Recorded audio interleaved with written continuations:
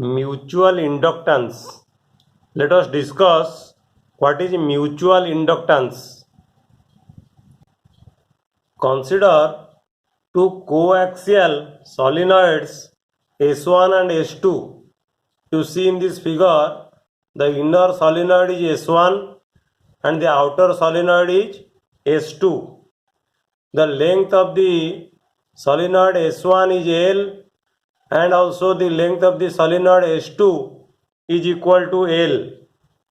The radius of the inner solenoid S1 is R1 and the radius of the outer solenoid S2 it is equal to R2.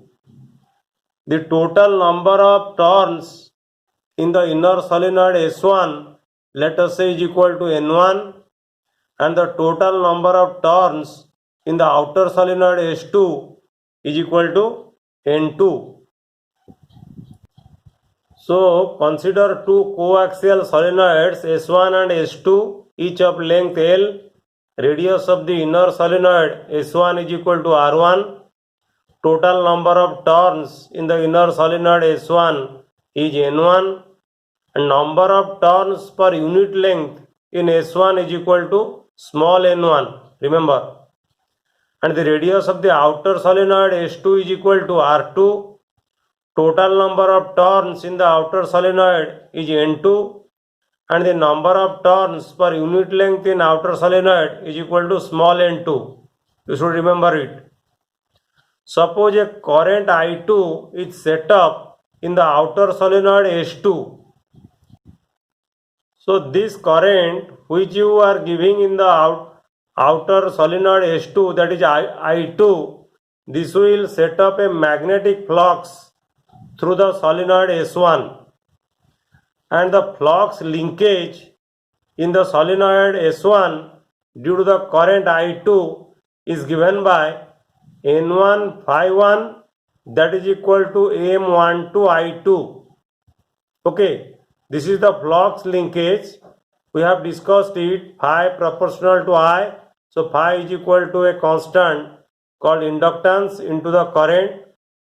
Here it will be equal to the flux linkage N1 phi1, that will be equal to M12 into I2. Here M12, let us say, is the mutual inductance of solenoid S1 with respect to S2, or you may say the coefficient of mutual induction due to of the solenoid S1 with respect to S2. Now let us calculate the magnitude of the mutual inductance M12. We know that the magnetic field on the axis of a solenoid is given by the formula B is equal to mu 0 N into I. So here the magnetic field due to the current I2 which is produced on the solenoid S1 will be mu 0 N2 I2. Again we know the flux is given by the formula the product of magnetic field and area. Here the flux linkage in S1 will be equal to the product of magnetic field and area with N1 and L, because here N1 L is equal to N1 into L is equal to the total number of turns in the solenoid S1, and the total flux is given by BA for one turn.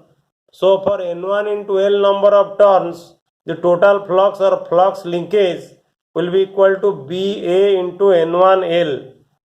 But the magnetic field we have calculated mu 0 N2 into I2, and the area of the solenoid is equal to pi R1 square, and it is multiplied by N1 into L.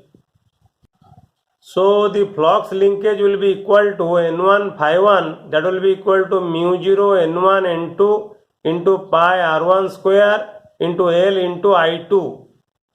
So we have in equation 1 the flux linkage is equal to M12 into I2.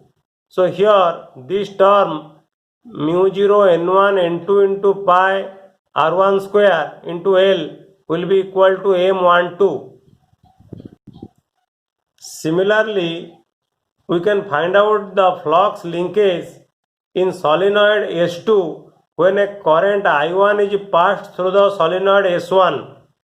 When a current I1 is passed through the solenoid S1, then the flux linkage N2 phi 2 will be equal to M21 into I1, and we can calculate N2 phi 2 will be equal to the magnetic field multiplied by the area into the number of turns on the solenoid S2, that is equal to N2 into L.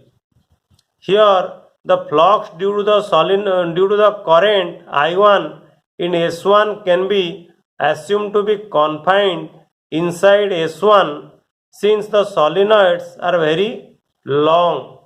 That is why here the area we have taken pi r1 square, because the flux due to I1 is confined within the solenoid S1.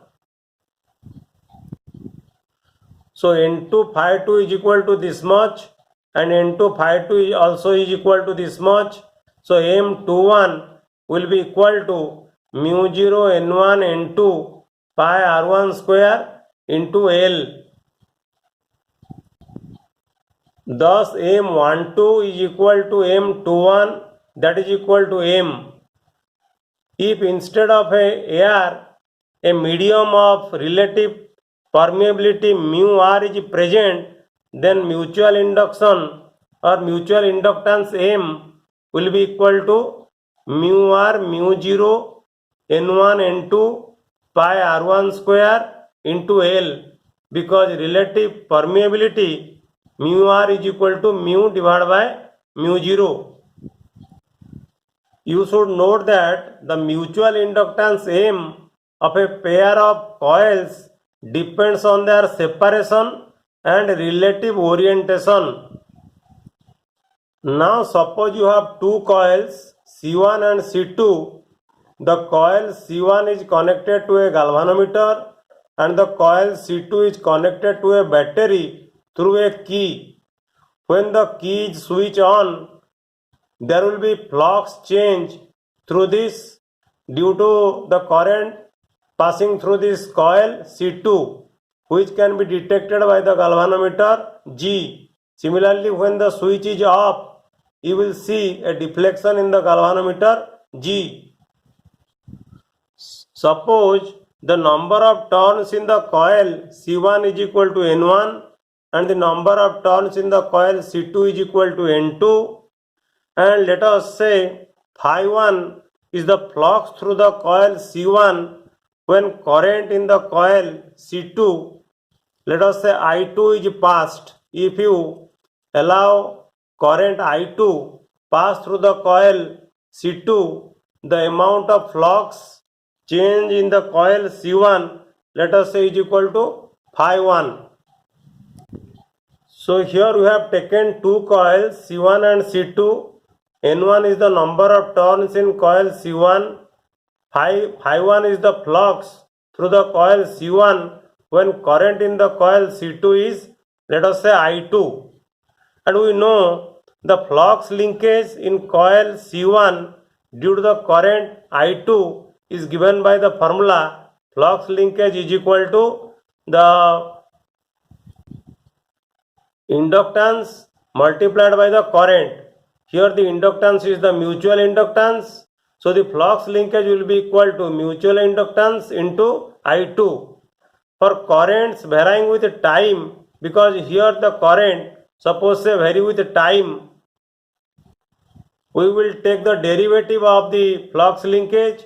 Here also we will take the derivative of the flux linkage, and the induced EMF from Faraday law of electromagnetic induction, we know the induced EMF in the coil C1 is given by let us say E1, that is equal to minus derivative of the flux linkage with respect to time. So if you substitute here minus U1, then U1 will be equal to minus of M into derivative of I2 with respect to T. So you see the right side of the equation, this is the varying current in a coil. di2 by dt is the varying current in a coil. So varying current in a coil can induce an EMF in a neighboring coil, and the magnitude of the induced EMF depends upon the rate of change of current and mutual inductance of the two coils. Now let us work out a problem. Two concentric circular coils, one of small radius R1 and the other of large radius R2, such that R1 is very less than R2, are placed coaxially with centers coinciding. Obtain the mutual inductance of the arrangement. Here the two coils are given circular. Let I2 is the current in the outer circular coil. The magnetic field at the center of the concentric circular coil, that is the inner circular coil of radius R1, B2 will be equal to mu 0 into I2 divided by 2 R2, because you know magnetic field on the axis of a circular coil at the center of the circular coil or axis of the circular coil B equal to mu 0 I divided by 2R. If you use this relation, then this will be B2 into mu 0 I2 divided by 2 R2, and the flux linkage in the coil of radius R1 is given by the product of magnetic field and the area of the inner coil, inner circular coil. The area of the inner circular coil is pi R1 square, and the magnetic field in the inner circular coil is equal to mu 0 I2 divided by 2 R2. So this will be equal to mu 0 pi R1 square divided by 2 R2 into I2. But we know the flux linkage is equal to the inductance into the current. Here flux linkage phi1 will be equal to the mutual inductance M12 into I2. But we know M21 is equal to M12. So M12 is equal to M21 will be equal to mu 0 pi R1 square divided by 2 R2.